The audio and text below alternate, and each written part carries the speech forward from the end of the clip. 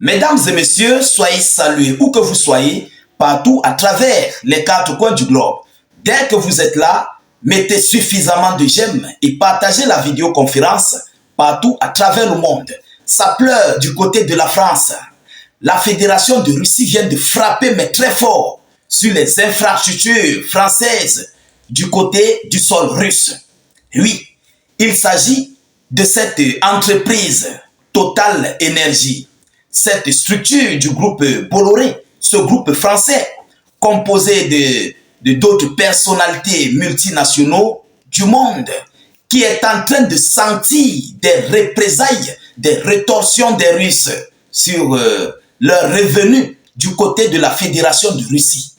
Alors vous vous rappelez, l'Union européenne, l'OTAN et les États-Unis d'Amérique avaient complètement gelé les avoirs russes sur leur ensemble de leur territoire. Ou même d'ailleurs, ils ont commencé à prélever des fonds pour financer l'Ukraine au conflit face à la Fédération de Russie. La Russie avait envoyé des avertissements.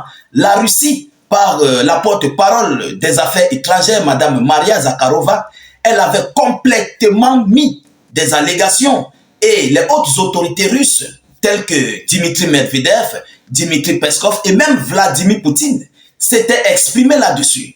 Ils avaient averti qu'ils répliqueront de la même manière et de la même façon que les otaniens.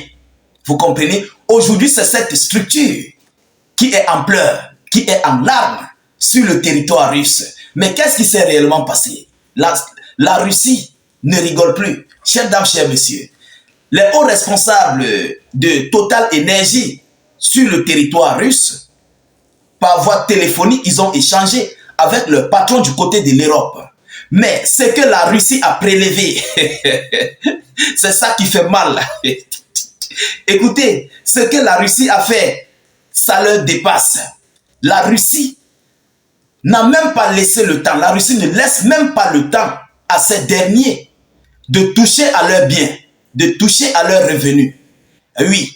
Alors, rassurez-vous de partager au maximum la vidéo. N'oubliez pas que nous sommes dans un jet de communication. Notre page est en chute parce que nous réalisons des vidéos qui sont à leur défaveur. Je vous prie de mettre la vidéo dans tous les groupes au maximum, s'il vous plaît. Alors, qu'est-ce qu'ils disent selon les informations officielles? Une infrastructure, une entreprise française ne peut pas retirer 1,5 à 2 milliards de dollars de la Russie. Ils sont incapables de retirer, de faire un retrait au niveau de leur banque sur le sol russe d'un montant de 1,5 à 2 millions de dollars. La Russie, autrement dit, a complètement fermé leur retrait. Mais ils peuvent faire entrer de l'argent. Ils peuvent déposer de l'argent dans les banques, mais ils ne peuvent pas retirer. Voilà où la Russie a complètement commencé à faire des représailles sur les actifs que l'OTAN et l'Union européenne avaient gelés sur leur territoire, vous vous rappelez. Et Macron même d'ailleurs était sorti, a pris la tête de locomotive pour soutenir ici cette loi face à la Fédération de Russie, qui est de geler les avoirs russes, de geler ici les biens des Russes en Europe, de geler les infrastructures des Russes, de geler les bénéfices de leurs différentes entreprises. Alors, la Russie a fait le double à la plus belle des manières. Écoutez, le patron de Total Énergie, M. Patrick Pouyanné, s'est plaint lors d'une conférence téléphonique des difficultés de retrait des dividendes de la Fédération de Russie, a rapporté Reuters. Selon les informations, selon les estimations, Total recevait en moyenne environ 600 millions de dollars par an de ses ventes en Russie. Et désormais, tous les actifs sont restreints dans les comptes de Novatek. Tous les actifs sont restreints dans les comptes de Novatek. Ce sont les comptes bancaires russes Novatek. Donc, la Russie a complètement bloqué. Ils ont restreint les retraits de Total. Imaginez, on connaît comment Total construit dans nos différents pays, dans toutes les villes peut-être voire même des villages, des départements, vous allez trouver des stations Total. Tel est le cas du côté de la Russie. Imaginez la Russie. Imaginez, c'est une fédération. On vous dit que Total a construit partout, en Tchétchénie, à Moscou, partout sur le sol russe. Imaginez combien de stations que possède la Total sur le sol russe. Mais on vous dit que la Russie a gelé. La Russie a bloqué. On a restreint le compte bancaire. Mesdames, mesdemoiselles et messieurs, ça fait très mal. C'est maintenant qu'ils sont en train de comprendre que les Russes avaient averti et ils sont en train de passer à l'acte. Et oui, les Russes passent mais à l'acte d'une très belle des façons. Écoutez ce qui se passe, mesdames et messieurs. On nous dit, je cite, la plupart des fonds étaient bloqués sur des comptes Novatec, pas sur des comptes de type C, car en fait, Novatec gardait ses dividendes sur un compte pour nous. Vous comprenez? Donc, lorsqu'ils mettaient de l'argent, la banque mettait ça du côté des Russes. La banque bloquait seulement du côté russe, dans les comptes russes.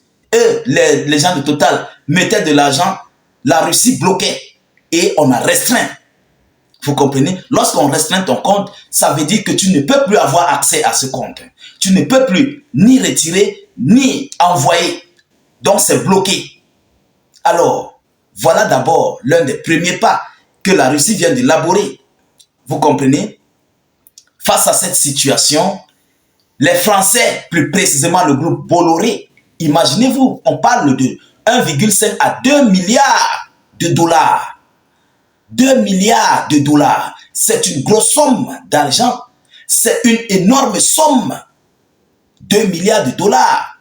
Pendant ce temps, les infrastructures Total Énergie sont toujours sur le sol russe. Ça fonctionne en plein régime. Ah oui, ça fonctionne. Alors, qu'est-ce que les Français vont faire? Que vont faire ce groupe Bolloré? Comment vont-ils agir? Est-ce qu'ils vont abandonner leur infrastructure du côté de la Russie? Ou bien commercialiser et puis quitter la Russie? On se pose des questions. Est-ce que la France va entrer dans les négociations par rapport à ce qui se passe sur Total? On se pose des questions. Mais en tout état de cause, la Russie vient de passer aux représailles. Ça, c'est une réponse des biens, des actifs russes gelés qui sont en train de fournir du bénéfice à l'Ukraine dans ce conflit russo-ukrainien. Vous savez, ces gens, lorsqu'ils prennent le bénéfice sur les infrastructures russes, sur les biens russes, ils envoient cet argent du côté des États-Unis d'Amérique. Ils se départagent en fait cet argent et eux, les Otaniens, fournissent des équipements militaires à l'Ukraine pour lutter contre la Russie. Vous comprenez? Mais en réalité, l'Ukraine ne touche pas cet argent en main.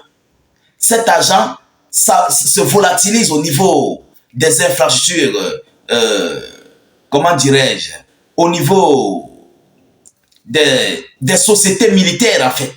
Ceux qui font dans les munitions, dans des obus, dans des chars et tout ce qui s'ensuit.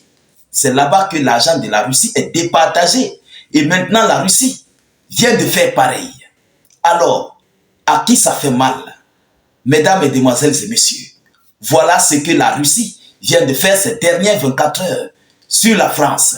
Manu est très remonté par rapport à ce comportement. Parce qu'il ne s'attendait pas en fait à cela.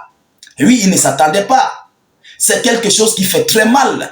Plus ces stations vont tourner, plus la Russie va continuer de prendre les bénéfices.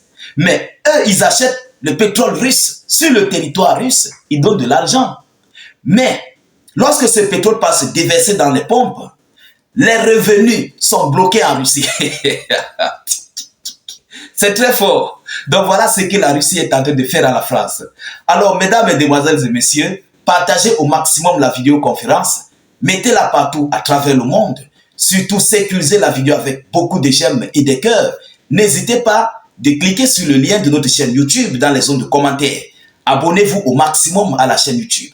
Nous réalisons aussi des vidéoconférences là-bas et YouTube est très fiable. Je vous en prie, continuez de vous abonner au maximum. N'hésitez pas de laisser beaucoup et suffisamment d'avis en commentaire. J'aimerais bien vous lire. Qu'en pensez-vous par rapport à cet acte des Russes, à cette réponse de la Fédération de Russie? Que dites-vous par rapport à cela? Alors, je vous reviens tout à l'heure pour une prochaine série d'actualités. Soyez encore salués une fois de plus. Ciao, ciao.